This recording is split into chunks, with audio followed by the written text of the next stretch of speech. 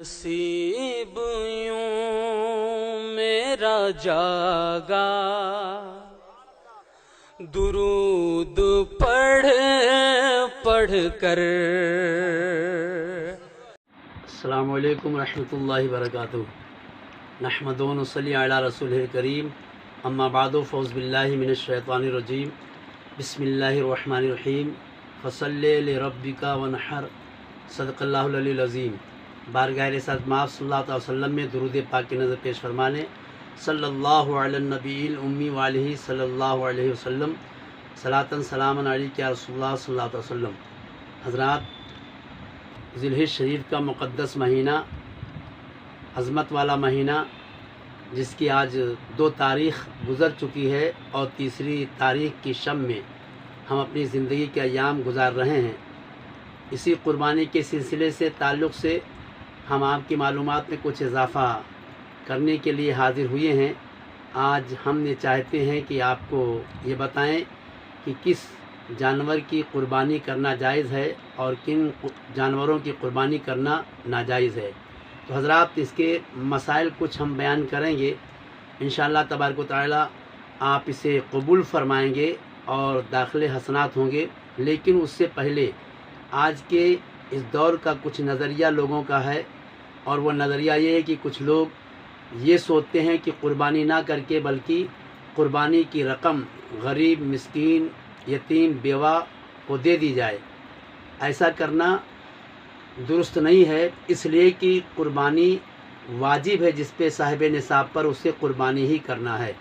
قربانی کے بجائے پیسہ دے دینے سے قربانی جو واجب اس کے سر پہ ہے، اس کے ذمے ہے، وہ ساقط نہیں ہوگی۔ اگر نہیں کرتا ہے اور قربانی نہ کرنے کے بجائے غریبوں کو پیسہ تقسیم کر دیتا ہے تو قربانی واجب جو ہے وہ اس کا گنہگار ہوگا۔ لہٰذا قربانی کے ایام میں قربانی ہی کرنا جائز ہے۔ ہاں، اگر کسی غریب، فقیر، محتاج کی امداد کرنا چاہتا ہے تو قربانی کے پیسے کے علاوہ وہ اپنی طرف سے امداد، صدقے کی نیت کر کے، خیرات کی نیت کر کے یا امداد کی نیت کر کے وہ کر سکتا ہے۔ لہٰذا جس پہ قربانی واجب ہے انہیں قربانی ہی کرنا ہے۔ ہاں، ایسی مجبوری کی پوری کوشش اس نے قربانی کی اور جانور بھی موجود ہے یا نہیں بھی موجود ہے، لیکن پوری کوشش اس نے کی قربانی کرنے کی، اور پوری کوشش کرنے کے بعد بھی اگر کوئی ایسے وجہ لاحق ہو گئی، کوئی ایسی مجبوری آ گئی کہ جس کی بنیاد پہ کوشش اس کی ختم ہو گئی، نہیں کر پایا اور قربانی نہ ہو پائی، تو قربانی کے ایام ختم ہونے کے بعد قربانی کو جانور کو صدقہ کر سکتا ہے یا قربانی کی رقم کو غریبوں کو تقسیم کر سکتا ہے۔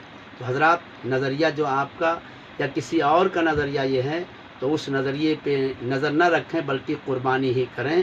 اور قربانی اتنی مقدس محبوب عبادت ہے کہ پیسہ دے دینے سے وہ ثواب اور وہ چیز اسے حاصل نہیں ہو سکتی ہے جو جانور کی قربان کرنے سے ہے۔ جیسے مثلاً قربانی کے جانور کو لینے کے لیے آپ جاتے ہیں تو جانا آپ کا ثواب، پھر وہاں جا کے قربانی کے جانور کو آپ دیکھتے ہیں، اس کا دیکھنا ثواب، وہاں سے جانور کو لے کر کے آتے ہیں، اس کا لانا ثواب، پھر گھر میں اسے رکھتے ہیں، کھلاتے پلاتے ہیں، کھلانا پلانا اس کا ثواب، پھر اسے قربان گاہ میں لے جاتے ہیں، قربانی کرتے ہیں، اس کا لے جانا ثواب، قربانی کرتے ہیں، دعا پڑھتے ہیں، اس کا ثواب، پھر قربانی کے جانور کو قربان ہوتے ہوئے دیکھتے ہیں، اس کا ثواب۔ تو یہ تمام ثواب سے محروم۔ اور دوسری بات یہ کہ سرکار نے فرمایا کہ قربانی کے جانور کے ہر بال کے بدلے بندے مومن کو اللہ تبارک و تعالی ثواب عطا فرماتا ہے۔ تو یہ تمام ثوابات اس کے ختم ہو جاتے ہیں، اس سے وہ محروم رہ جاتا ہے۔ لہٰذا آپ واجب ہے قربانی کرنا، اسے قربانی ہی کرنا چاہیے۔ لہٰذا ہم گزارش کریں گے ان حضرات سے جو نظریہ یہ رکھنا چاہتے ہیں کہ قربانی کے بجائے غریبوں کو پیسہ تقسیم کر دیا جائے، ایسا نہیں کرنا چاہیے، بلکہ ان کی قربانی ہی کرنا چاہیے۔ حضرات، انشاءاللہ تبارک و تعالی آج ہم آپ کو بتائیں گے کہ کن جانوروں کی قربانی ہمیں کرنا چاہیے، کن جانوروں کی قربانی نہیں کرنا چاہیے۔ اونٹ، بیل، بھینس، گائے، بکری، بکرا، خصی، غیر خصی، ان سب کی قربانی کرنا جائز ہے۔ قربانی ان سب کی کرنا جائز ہے۔ بیل، بھینس اور گائے یہ 2 سال کی، اونٹ 5 سال کے، بکرا، بکری، دمبا، بھیڑ یہ 1 سال کے ہونا چاہیے۔ لیکن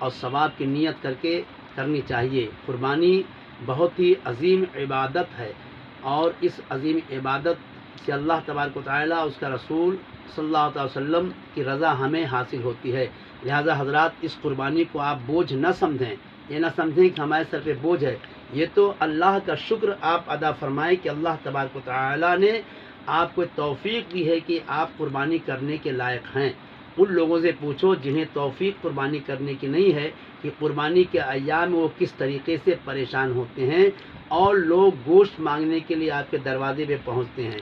لیکن اللہ کا شکر لاکھ لاکھ ہے کہ اس نے ہمیں، آپ کو اور دنیا کے جن مسلمانوں کو قربانی کرنے کی توفیق رفیق عطا فرمائی ہے۔ لہٰذا وہ بوجھ نہ سما کر کے بلکہ اللہ کا شکر ادا کریں کہ اللہ تبارک و تعالیٰ تیرا لاکھ لاکھ شکر ہے کہ تو نے ہمیں بانٹنے والا بنایا ہے، مانگنے والا نہیں بنایا ہے، اور تیرا یہ شکر ہے کہ تو نے ہمیں قربانی کرنے کے لائق بنایا ہے۔ اللہ تبارک و تعالیٰ آپ کے مال میں برکتوں کا نزول فرمائے، اور قربانی کو خوش دلی سے کرنے کی ہم سب کو توفیق رفیق عطا فرمائے، اور قربانی کرنے کے وقت خصوصیت کے ساتھ آپ عالم اسلام کے مسلمانوں کے تحفظ کے لیے، عزت و آبرو کے تحفظ کے لیے اور دعا فرمائیں، اور کرونا وائرس جیسے مہلک مرض سے بچنے کے لیے دعا فرمائیں۔ اللہ توفیق رفیق عطا فرمائے، اور اللہ ان لوگوں کے لیے جو لوگ عوامی جانوروں کی قربانی کرنے کا انتظام کرتے ہیں، کتنی محنت وہ کرتے ہیں آپ غور فرمائیں۔ ہم صرف